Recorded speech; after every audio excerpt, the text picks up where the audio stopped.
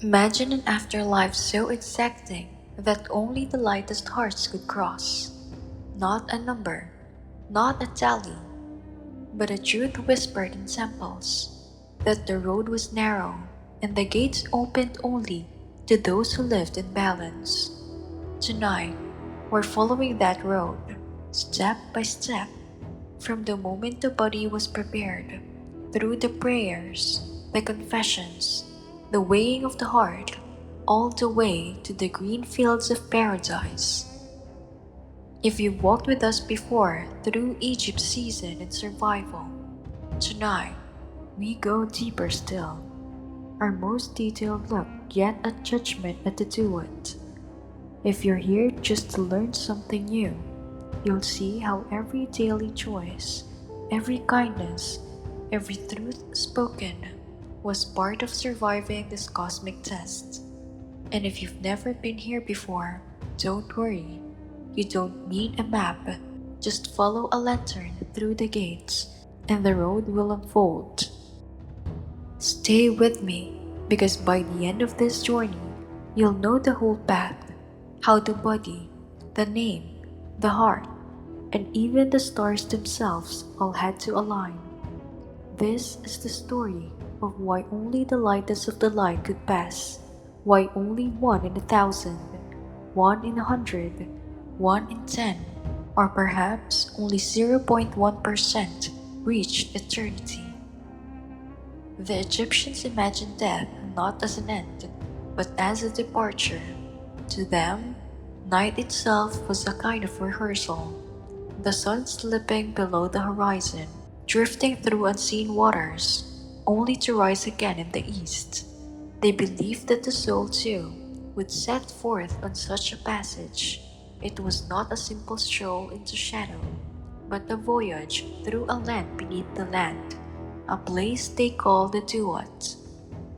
The Duat was vast, and its map was unlike any you might unroll on papyrus. It was a river that ran through darkness, winding past caverns and gates, watched by guardians with eyes that never closed. It was marked with fairies that would not row for just anyone, with doorways that would not open without the right name. Some called it a labyrinth, some a night sea, but all agreed it was not forgiving. And yet, it was not chaos. The duat had its order, its stations, its royals. The Egyptians pictured it as processions of hours, 12 in all, echoing the hours of night. In each, the traveler would meet new beings, face new challenges, answer new questions. To make it through, one needed more than courage, one needed knowledge, memory, preparation. At its heart stood three powers who defined the journey: Osiris, the green-faced lord of the dead, who once was a king upon the earth, but now ruled the halls beyond it. Anubis, the jackal-headed guide, protector of tombs and guardians of embalmers, whose nose could sniff out falsehood as easily as decay. And above them both, invisible but unyielding, Ma'at, the truth, balance, and the feather against which every heart would be weighed. Together, they shaped the traveler's path, Osiris receiving, Anubis leading, Ma'at judging. The duat was not a place you wandered by chance. It had to be entered correctly. Priests chanted spells as the body was laid to rest, words that acted like keys, unlocking the gates ahead. Without them, the soul would stumble in darkness, unable to answer the guardians who demanded their names. The Egyptians imagined whole companies of these beings, serpent-headed, lion-faced, winged or shadowy, each bearing the way until they heard the right word. This was not cruelty, it was order. Only the prepared could pass. You can imagine how it must have felt, lying in your tomb, knowing that beyond the carved walls and painted ceilings, a voyage awaited. You would rise, not with your body, but with your ka, your vital essence, and you would step into a river darker than night. There, you would see the ferryman, stern and silent, waiting for his oar. He would not row unless you knew his name. Speak it wrong, and the current would sweep you away. Speak it true, and the boat would carry you to the next gate, the next chamber, the next trial. And so, the duet was not just a map of the afterlife, but a mirror of life itself. To know the river was to know that every word mattered, every action weighed, every truth spoken remembered. The guardians at the gates were not strangers. They were the faces of justice, of memory, of balance. To pass them was to prove that your life had been lived in harmony with Ma'at. The Egyptians painted this map on the walls of tombs, inscribed it on coffins, copied it into the Duat in the Book of Gates, not as decorations, but as guidebook, a lantern lit in words. Each passage told the souls where to go, what to say, how to act. The afterlife was not left to chance. It was prepared for as carefully as a caravan prepares for a desert crossing. Without the map, you wandered forever. With it, you had a chance, slim but real. And yet, even with the map, the traveler could not set out unready, for the Dua demanded more than knowledge of its gates. It demanded a body prepared, a vessel fit to carry the soul, wrapped and guarded and filled with the tools of the journey. And so, before the first step on that night river, came the long work of embalming, amulets, and the gathering of goods for the road. That is where our journey turns next. The duat was not walked in spirit alone. To the Egyptians, the soul needs its vessel, a body carefully tended, preserved, and clothed with the tools of eternity. Death was never sudden in their imagination. It was a transition, one that demanded preparation as exacting as any coronation. To enter the afterlife without this work was like stepping into the desert without water, or boarding a ship without sails. The journey would end before it began. So the body was prepared with reverence. In chambers heavy with resin and incense, where embalmers moved with the solemnity of priests, they were not simply craftsmen, but caretakers of eternity, trained to perform each act with precision. They worked slowly, methodically, wrapping the body not in haste, but in rhythm, as though each fold of linen was a prayer made tangible. Linen itself was sacred. It was spun from flax grown in the wet soil of the Nile, harvested at dawn, woven in patterns known for centuries. The fabric was light and strong, able to endure not just years but millennia. Each strip was washed, blessed, and cut into measured lengths. Wrapping the body was not merely protection against decay, it was an act of transformation, turning fragile flesh into a figure ready to rise again.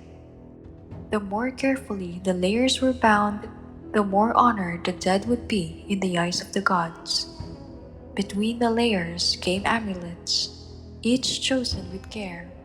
A heart scarab carved of stone, placed near the chest, to silence the heart if it tried to testify falsely during judgment.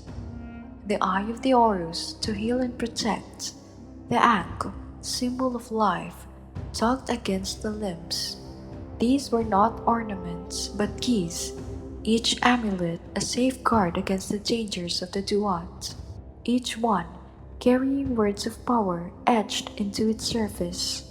Some were shaped like jet pillars, promising stability, others like Shen rings, encircling the soul in divine protection. The embalmers knew where each belonged, as surely as a navigator knows where to place the stars. Over the mouth, They sometimes placed a small charm, for the dead would need to speak the words of the Book of the Dead. Without a voice, the soul could not answer the guardians at the gates. Over the feet, they sometimes placed sandals, for even in the fields of reeds, one needed to walk. Miniature boats, carved of wood, were placed nearby, in case the rivers of the afterlife required crossing. Shapty figurines, little servants of clay or stone, were arranged in boxes, ready to spring to life and work the fields in paradise so the soul might rest. And always, there were offerings of food and drink, loaves of bread, jars of beer, dates, onions, honey. For the journey was long, and the body, though silent, was still a vessel that required sustenance. These goods were not meant to rot in the tomb. They were transformed by ritual into eternal provision, food for the ka, the life force that lingered beyond the flesh. Families played their role too. Relatives stood by, mourning not as despair but as duty. Their laments were part of the ritual, their tears offerings as real as oil or cloth. Sons and daughters poured libations, whispering the name of the deceased so that it would not fade. For to the Egyptians, memory itself was a form of survival. A man forgotten was a man truly dead. To speak his name was to keep him alive in the halls of Osiris. The walls of the tomb were prepared as carefully as the body. Painted scenes showed the dead hunting, fishing, feasting, walking with loved ones. These were not idle decorations. They were blueprints, promises made solid. To show a man with bread was to ensure bread for him in eternity. To carve him steering a boat was to ensure he would never lack a vessel in the Duat. Tombs were built not as monuments for the living, but as workshops for the afterlife, stocked with everything a soul might need. The Book of the Dead was often placed within the wrappings or nearby the tomb, not a single book, but a collection of spells written on papyrus, copied and recopied through generations. Each spell was a light in darkness, an instruction for overcoming obstacles. One told the soul how to pass the serpent that coiled in the underworld river. Another taught how to avoid losing one's heart to the devourer. Another gave the words to say when confronted by a guardian at the gate. The book was a lantern of ink, carried into a land where no other light could follow. All of this was preparation, but it was also belief made tangible. To wrap a body was to affirm that life continued. To place an amulet was to declare trust in the gods. To bury bread and beer was to state plainly, the dead will eat, the dead will drink, the dead will live again. Nothing was left to chance. You can imagine the final moment when the family and priest stood together, the body wrapped, the tomb sealed, the incense fading into night. The air would have been heavy with grief, but also with ceremony, for they knew this was only the beginning. The real journey was ahead, and the body, silent and still, was ready to walk it. But the body alone was not enough. The duat demanded more than linen and charms. It demanded truth itself, spoken aloud, confessed before 42 divine judges. And so, as the travelers set forth, their next trial was not physical but moral. The 42 negative confessions, a litany of honesty that revealed whether a heart was light enough to move forward.